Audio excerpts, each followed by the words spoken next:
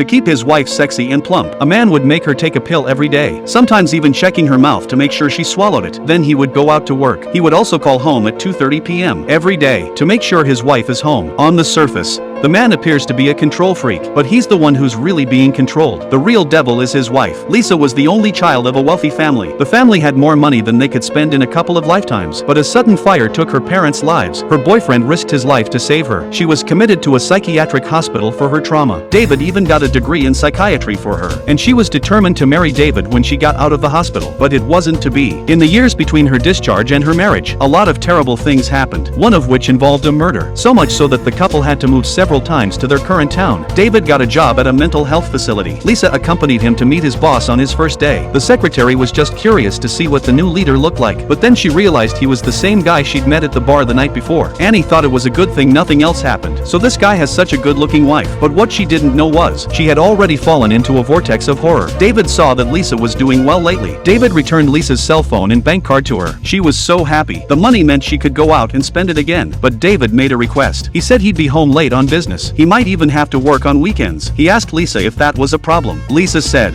"You're doing this for the sake of your patients. I don't mind anything as long as you're a good person." That's what she said on her lips though. But then she started looking into the people around David. Annie had just finished dropping off her kids at school, but on her way back, she bumped into Lisa. Annie picked up Lisa and realized it was the leader's wife. She was shocked and said, "So it's you." Lisa pretended to be surprised and asked if we'd met before. Annie explained that she was David's secretary. She had seen a picture of Lisa and David in his office. She didn't want to talk to Lisa too much, but Lisa invited her for a cup of coffee. Annie reluctantly sat down. Lisa asked her a lot of questions about David's work. She also told her that her family had a lot of money. Her job was to be a good rich woman. Annie didn't want to be friends with Lisa, but Lisa's words were too much for her to refuse. Annie went along into the deep end without realizing it. Out of courtesy, she introduced herself. Divorced for 2 years, with a 3-year-old son, she accidentally told her that she was a nocturnal sleepwalker. Lisa was immediately interested because she refined the ability to control her dreams during her stay at the insane asylum. She began to recognize Annie as one of the same. On her way out,